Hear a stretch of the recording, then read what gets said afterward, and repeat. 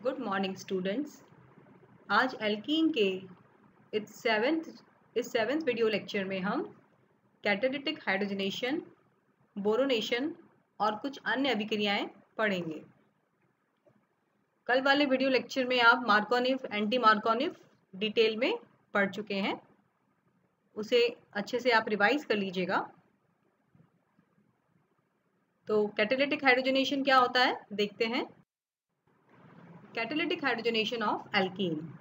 Alkene के दिबंध पर संक्रमण धातु उत्प्रेरक जैसे कि निकेल, पैलेडियम, प्लैटिनम आदि की उपस्थिति में हाइड्रोजन के योग से एल्केन प्राप्त होती है। और ये जो हाइड्रोजन का योग होता है ये सिन होता है और अभिक्रिया ऊष्माक्षेपी होती है, अर्थात अभिक्रिया में 30 किलो कैलोरी प्रति मोल ऊष्मा बाहर निकलती है। जो संक्रमण धातु है वो अभिक्रिया की सक्रियण ऊर्जा के मान को कम कर देती है, इसलिए अभिक्रिया सामान्य ताप पर संभव हो जाती है। While catalytic hydrogenation of alkene is a powerful reaction, it is a bit too powerful. This reaction will reduce all double bond or triple bond to single bond in your molecule. अगर किसी reagent substrate के अंदर 2 या 3 double bond हैं तो सबको ये reduce कर देगा। हाइड्रोजन का योग कराएंगे आप तो सारे ही रिड्यूस हो जाएंगे। So you should be very careful when using this method in your synthesis. अगर हम ये चाहते हैं कि 3 डबल बॉन्ड में से एक ही डबल बॉन्ड का रिडक्शन हो, एक पर ही हाइड्रोजन का योग हो, तो उस स्थिति में हमें 1 मोल हाइड्रोजन का ही लेना होगा, क्योंकि you are going to using hydrogen gas at high pressure. हम क्या लेते हैं, हाइड्रोजन क्या है, गैस है जो कि हाई प्रेशर पे होती है। तो ऐसी स्थिति में हमें अगर हम 1 मोल हाइड्रोजन का लेंगे तो ही 1 मोल हाइड्रोजन ऐड होगा, अन्यथा सारे ही जितने भी डबल बॉन्ड हैं मॉलिक्यूल के अंदर सभी का रिडक्शन हो जाएगा। और जो ये योग होता है वो सिन होता है, यानी कि एक ही तरफ से, एक ही साइड से होता है डबल बॉन्ड के। So this hydrogenation is specially cis और सिन। अब हम इसका डिटेल में मैकेनिज्म समझते हैं। 3 स्टेप में अभिक्रिया होती है। To explain the mechanism behind hydrogenation of alkene, we are going to use the reaction of ethene with hydrogen in presence of nickel catalyst at 150 degree centigrade. सबसे पहले होता है इथीन, जो मॉलिक्यूल है वो आता है कैटलिस्ट के पास। आप नीचे चित्र में दिखाया हुआ है ब्लू कलर के अंदर, ethene molecule absorbing onto the nickel surface in the first instance, it would be fair to recall that adsorption. तो क्या हो जाता है adsorption? Adsorption is the adhesion or sticking together of molecule onto the surface of solid or liquid. तो सबसे पहला जो step होता है, जो इथीन मॉलिक्यूल है वो धातु की सतह पर अधिशोषित हो जाता है।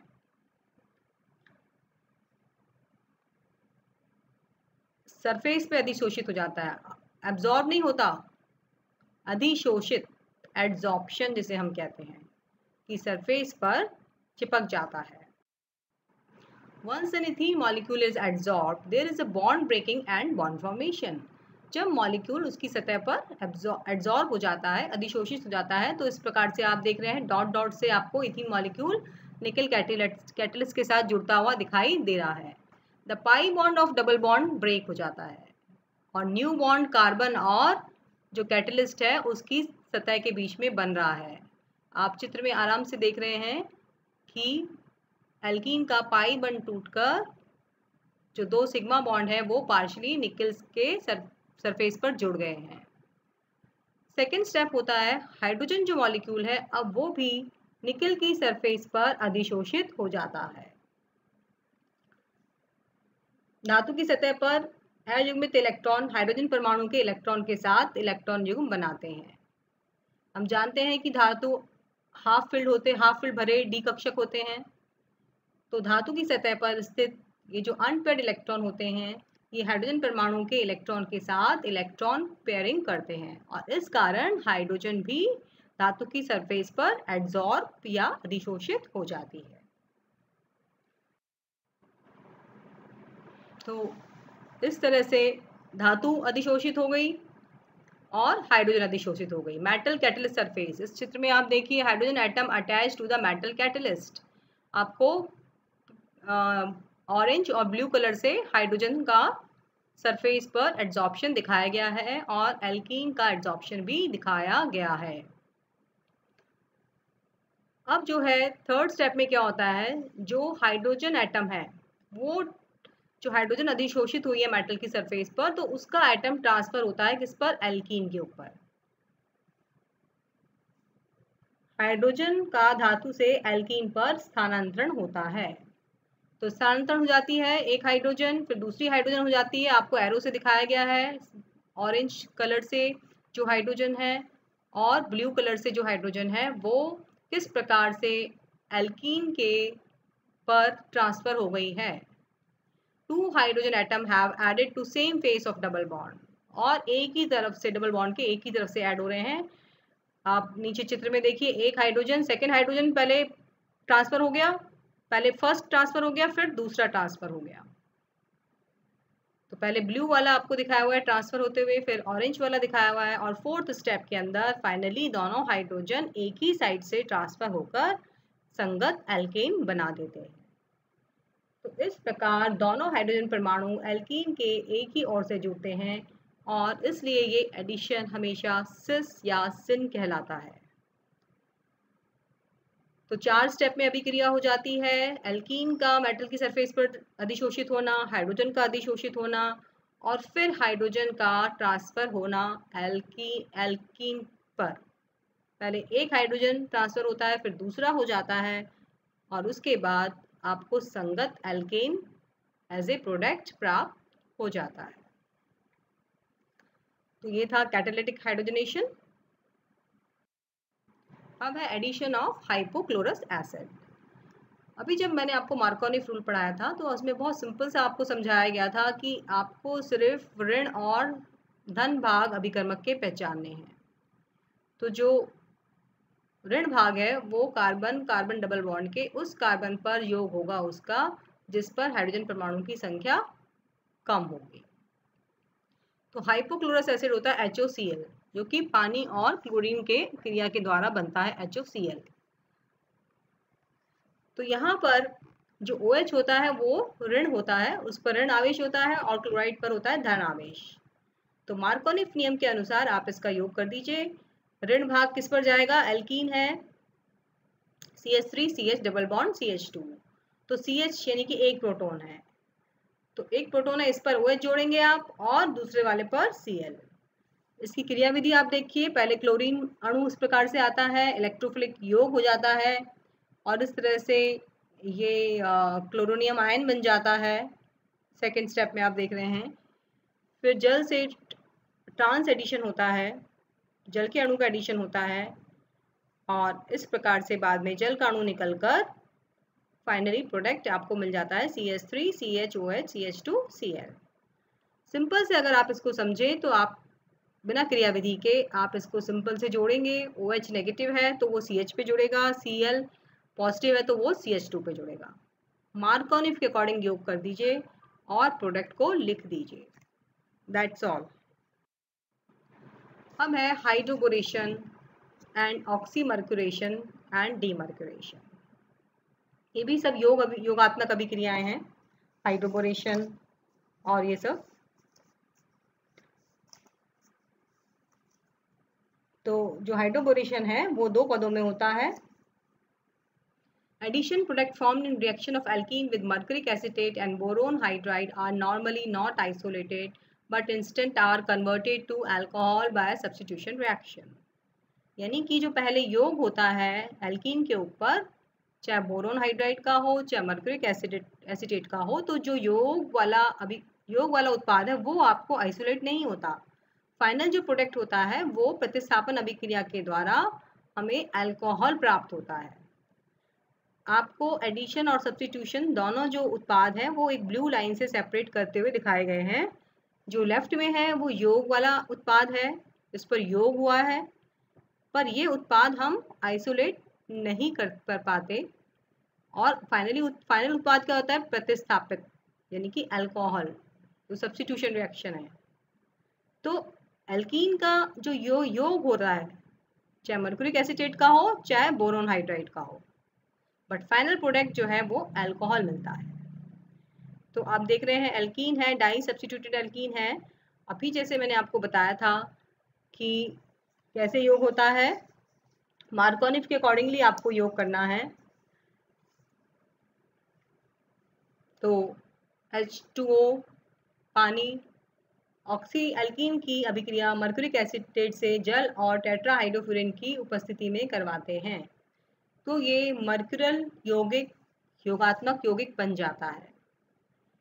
OAC जो कि नेगेटिव है, नेगेटिव पार्ट क्या है, एसीटेट आयन। तो एसीटेट आयन कहाँ जुड़ जाएगा, जिस कार्बन पर हाइड्रोजन की परमाणु की संख्या कम होगी। तो इस पर दो मैथिल समूह लगे हैं, एक भी हाइड्रोजन नहीं है, तो इसलिए ऋण भाग यहाँ जुड़ जाएगा और जो धन भाग है वो CH2 पर जुड़ेगा, HgOAC। तो ये हो गया योग। इसी प्रकार से जब बोरोन हाइड्राइड का योग हम करेंगे तो बोरोन हाइड्राइड के अंदर H नेगेटिव होता है और बोरोन पर पॉजिटिव चार्ज होता है। तो ऋण भाग जो है वो डाई सब्स्टिट्यूटेड कार्बन पर जुड़ जाएगा और धन भाग CH2 पर। तो इस प्रकार से मार्कोनिफ के अकॉर्डिंगली दोनों अभिकर्मक का योग एल्कीन पर हो जाएगा। उसके बाद जो उत्पाद मिलता है उसको हम इस मर्क्यूरल यौगिक का हम सोडियम बोरोन हाइड्राइड से अपचयन करते हैं, तो हमें अल्कोहल फाइनल प्रोडक्ट प्राप्त होता है। तो इसे हम कहते हैं ऑक्सीमर्क्यूरेशन। फर्स्ट स्टेप कहलाता है ऑक्सीमर्क्यूरेशन और सेकंड स्टेप कहलाता है डीमर्क्यूरेशन, यानी कि मर्करी का निकल जाना। तो फाइनली उत्पाद हमको मिलता है अल्कोहल और योग मार्कोनिफ के अकॉर्डिंगली ही होता है। इसके विपरीत नीचे आप देखिए कि जब बोरोन हाइड्राइड का योग हो गया तो उसको जब हमने ऑक्सीडाइज किया H2O2 NaOH के साथ, तो बोरोन निकल जाएगा और वहां पर किससे प्रतिस्थापित हो जाएगा, OH से। तो इसलिए अभिक्रिया कहलाती है हाइड्रोबोरेशन। ये योग भी मार्कोनिफ के अकॉर्डिंगली ही होता है। यहाँ H नेगेटिव है, तो इसीलिए ये बहुत इंपॉर्टेंट है कि जो अभिकर्मक जिसका योग एल्कीन पर हो रहा है वो आपको पहचानना है कि उसका धन भाग कौन सा है और ऋण भाग कौन सा है। आगे इसको और इसका मैकेनिज्म समझते हैं। तो ये देखिए इस तरह से एल्कीन आपको दिखाई हुई है। एल्कीन का पाई बॉन्ड जो है वो इलेक्ट्रॉन देता है और इस तरह से आपको एक स्क्वायर में दिख रहा है, पार्शियल बॉन्डिंग दिख रही है और इस तरह से हाइड्रोजन हाइड्राइड और BH2 दोनों जो हैं उससे जुड़े हुए हैं। तो संक्रमण अवस्था बन जाती है। ये इलेक्ट्रॉन्स ने ही योगात्मक अभिक्रिया हाइड्रोबोरेशन। इसमें कार्बन कार्बन डबल बॉन्ड के पाई इलेक्ट्रॉन का इलेक्ट्रॉन न्यून बोरोन पर आक्रमण होता है। बोरोन पर इलेक्ट्रॉन की कमी रहती है तो वो उस पर आक्रमण करता है। तो पहले जो है हाइड्रोबोरेशन के अंदर THF और जो बोरेन है उन दोनों इस तरह से कॉम्प्लेक्स बना लेते हैं, BH3 और THF।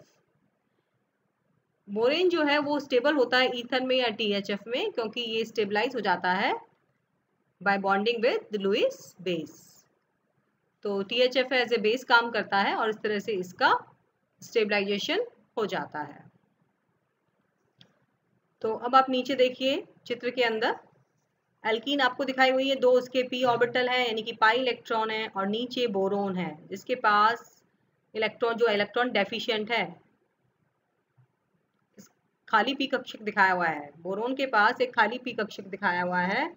तो अब जो एल्कीन है उसके पाई इलेक्ट्रॉन बोरोन को इलेक्ट्रॉन न्यून बोरोन पर आक्रमण करके एक चतुष केंद्रीय संक्रमण अवस्था बनाते हैं। ब्रैकेट में देखिए आप 4 सेंटर्ड संक्रमण अवस्था दिखाई हुई है, एक तरफ BH2 एक तरफ H। फिर फाइनली H जुड़ जाता है और H और BH2 के बीच में बॉन्ड टूट जाता है और फाइनली बॉन्ड बन जाता है। तो एक योगात्मक अभिक्रिया होती है एक हाइड्रोजन और BH3 की वजह से, क्योंकि बोरोन पे 3 हाइड्रोजन है तो इस तरह से करके एक एक करके एक हाइड्रोजन जुड़ता है फिर BH2 से फिर एक H और BH हो जाता है, फिर B और H हो जाता है। इस प्रकार से 3 हाइड्रोजन का योग हो जाता है, यानी कि 3 एल्कीन मॉलिक्यूल हमें चाहिए होते हैं। इस अभिक्रिया में हाइड्रोजन और बोरोन दोनों एक ही तरफ से जुड़ते हैं, ये भी सिस एडिशन होता है।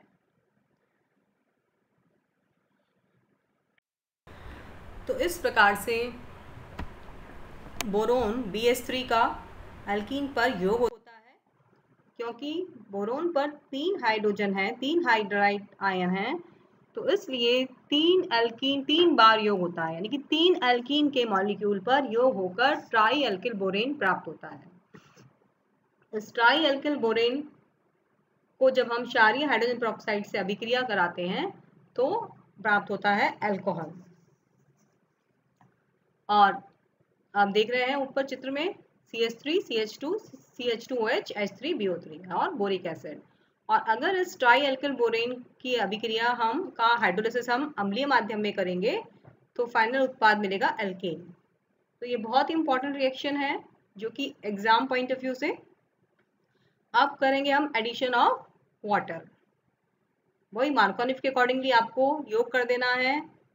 ऋण भाग, चूंकि ये जो इक्वेशन में मैंने लिखी हुई है सिमेट्रिकल एल्कीन लिखी हुई है, सिमेट्रिकल एल्कीन में हम ऋण और धन भाग कहीं भी जोड़ सकते हैं, किंतु अनसिमेट्रिकल एल्कीन होने पर मार्कोनिफ के नियम के अकॉर्डिंगली आपको योग करके उत्पाद बनाना है। H2SO4 का योग हो जाएगा। H2SO4 का स्ट्रक्चर होता है H पॉजिटिव रहता है और OSO2OH रहता है इसमें नेगेटिव। तो H को जोड़ेंगे, देखिए ब्लू कलर से H जोड़ा है।